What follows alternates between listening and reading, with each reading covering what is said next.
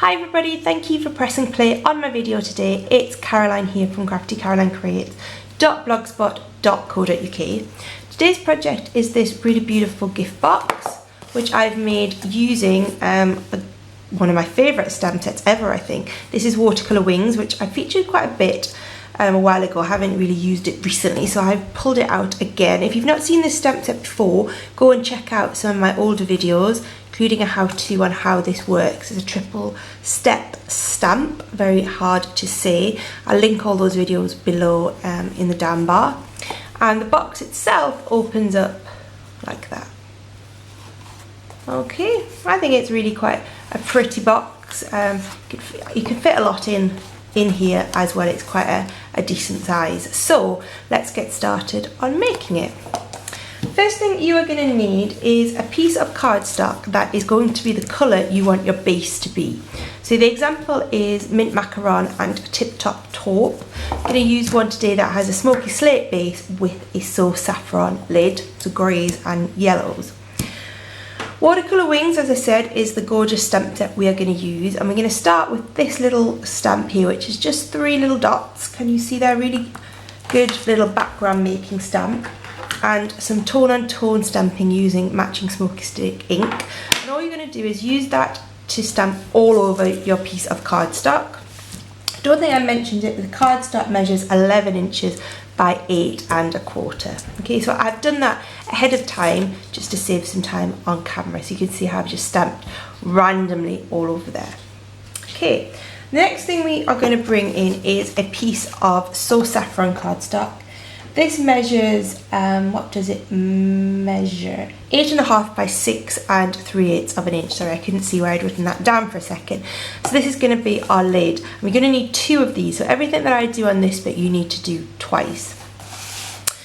The first thing I am going to do is bring in my scoreboard. And as I said, this is 6 3/8 of an inch.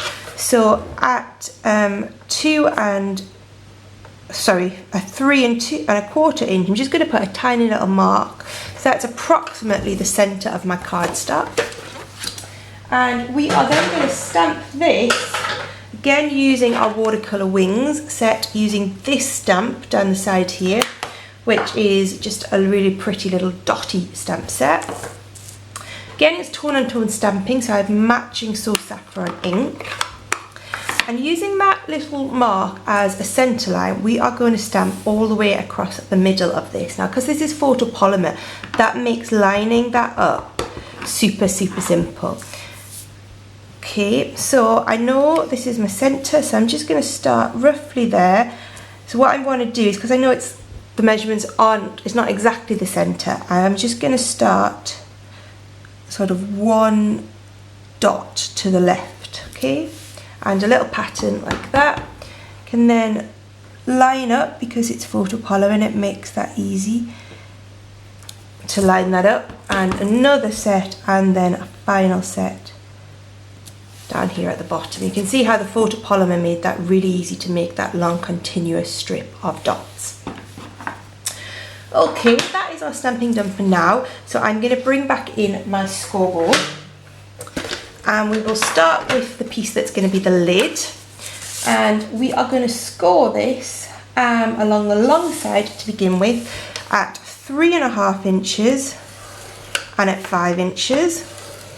I'm going to rotate that 90 degrees and score it at 1.5 inches and 4 7/8 of an inch. Okay. So that is just going to give us a piece that is scored quite like that. We're then going to bring back in our base piece, which is the smoky slate piece, and we're going to score this on all 4 sides this time at 1 inch and at 2.5 inches. So 1 inch. Oh, went off the line a little bit. I'm going to come around this side of the tripod, make it easy. There we go, 1 inch and 2.5 inches. 1 inch, 2.5 inches, and the last time spin it back round at 1 inch and at 2.5 inches. Okay, Next we're going to build up our base. Now this is just a very simple reinforced sort of box, which you've probably seen me do quite a few times. So we'll start by folding and burnishing all of our score lines.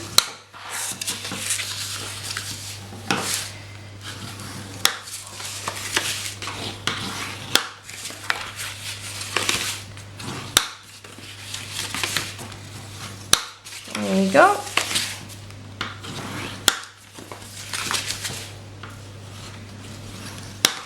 That's it. And then we're going to do exactly the same thing to each of our 4 corners. So we are going to cut firstly up that score line past the 2 horizontal score to the 2 horizontal score lines until we get here.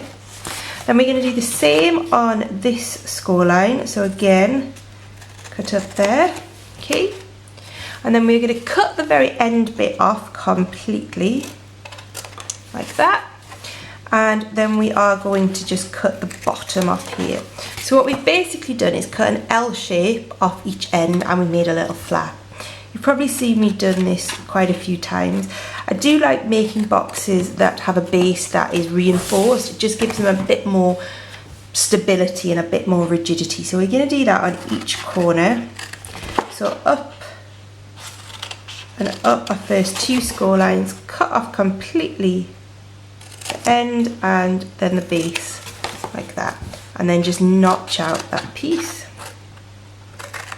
Okay, the other thing you'll find is you then have a flap here, and I'm also going to just very slightly notch out those 2 flaps there. This just makes it a lot easier when we start folding up our box. So we just need to do these 2 corners as well.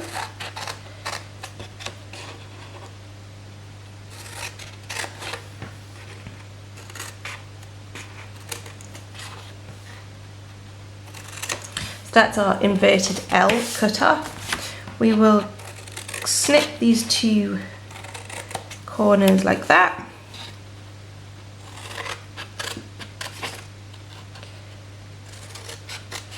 Like that. We will cut that end off there, cut that section there, and as I said, then notch out those flaps. Okay, and just a little notch off each of these very final end flaps as well. Okay, last one here. And there we go. Okay, so that is our box ready to be built up. Now to build this up, we're going to start by we're going to use Tombow. We're going to start by now this is a new Tombow, so it might squirt out a little bit more. So we're going to put Tombow on each of these flaps. Okay. And then we're going to fold it up so that the flap goes against this side there. Okay, I'm just going to hold that in place for a second because we are using Tombow. You could use fuse or a tape runner equally if you wanted. Okay, and then that's our last one up like that. Okay, just going to hold that in place, make sure those have all stuck before we move on to the next bit, which is to fold over our flaps. So what I'm going to do is we've got these 4 flaps sticking up. These are going to fold over inside the box, which is what acts to sort of reinforce it and give it that bit more rigidity. So I'm just going to put some Tombow on those one at a time, and then we just fold that over, and they should nicely then fold over like that. Can you see? So we'll do that on these flaps as well.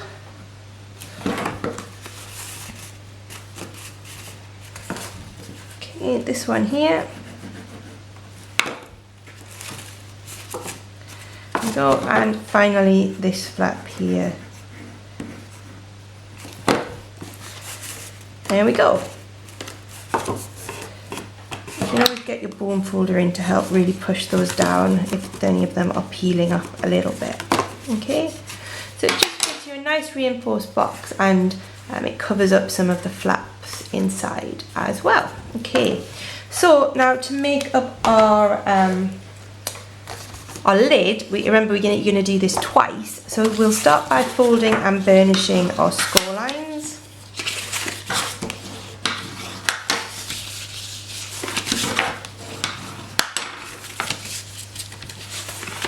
Okay. Now the section where we put our notch, that's going to go on the bottom of our box so we don't see it. So the first thing we are going to do is these two centre lines here, we are going to cut up those. Okay.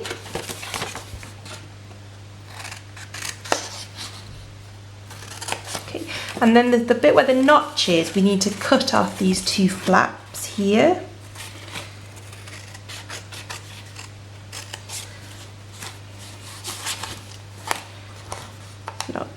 There we go.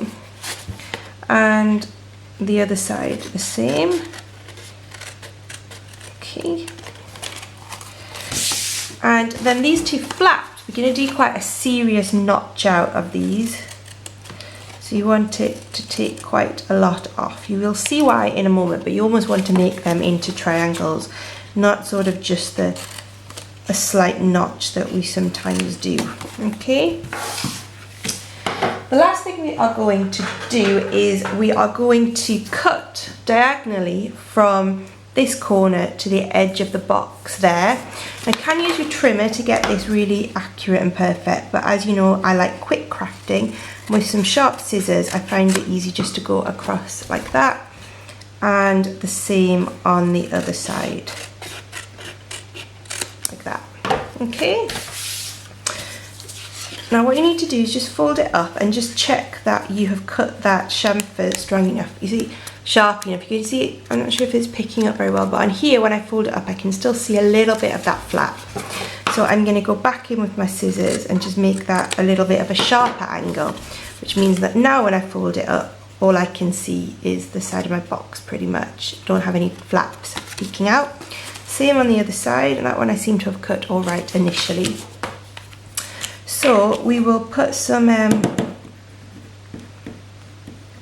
glue on these flaps here, like that. And then I'm just going to bend that over and fold it up.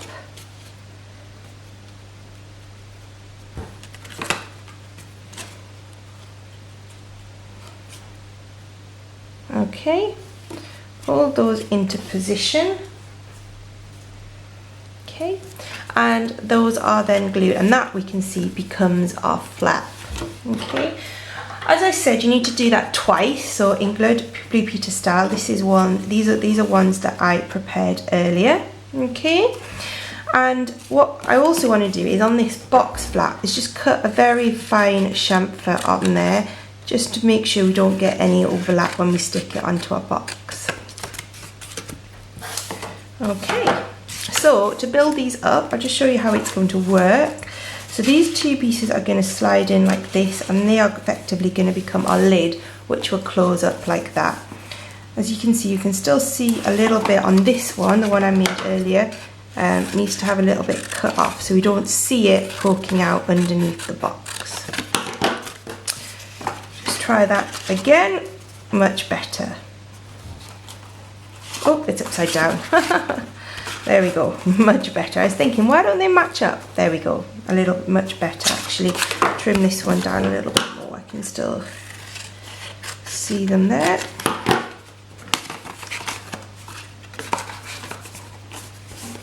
Okay, pretty perfect.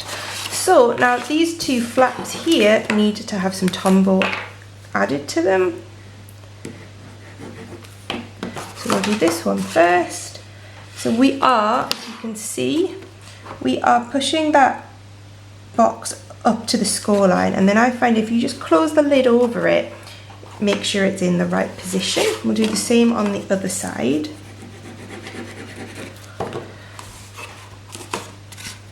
Again, the box goes into the score line, and then just close the lid up around it, and that will make sure that those are perfectly in the correct position.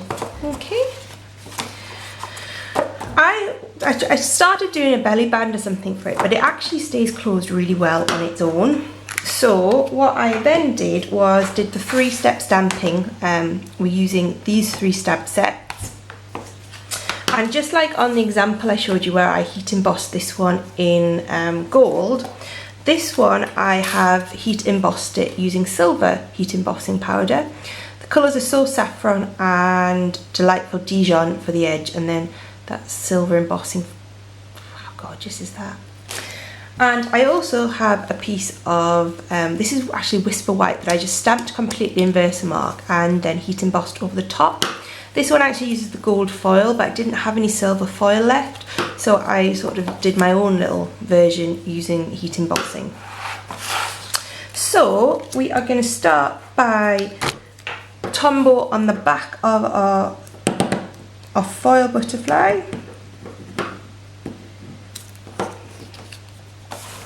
And you just need to line up where you want that to go, something like that, so it's sort of central on your box. But of course only put Tombow on one side so that it lifts up nicely. Okay, I like to keep that one flat. The one that's going to go on top, just give it a quick bend and it will help it make look like that has just landed on top. Okay, and just to give it an extra bit of bling, I've got some of the sequin ribbon in silver again, which I'm also loving at the moment. You probably see this coming up in quite a few of my videos. So I'm just going to cut a little length of that. I'm just going to stick that using a glue dot. Use my scoring tool to bone folder to stick that down. So one piece there, like that, I think. And then another piece coming in this direction. Another glue dot on top. Oh, come on. Stick that one down there. Another one on top.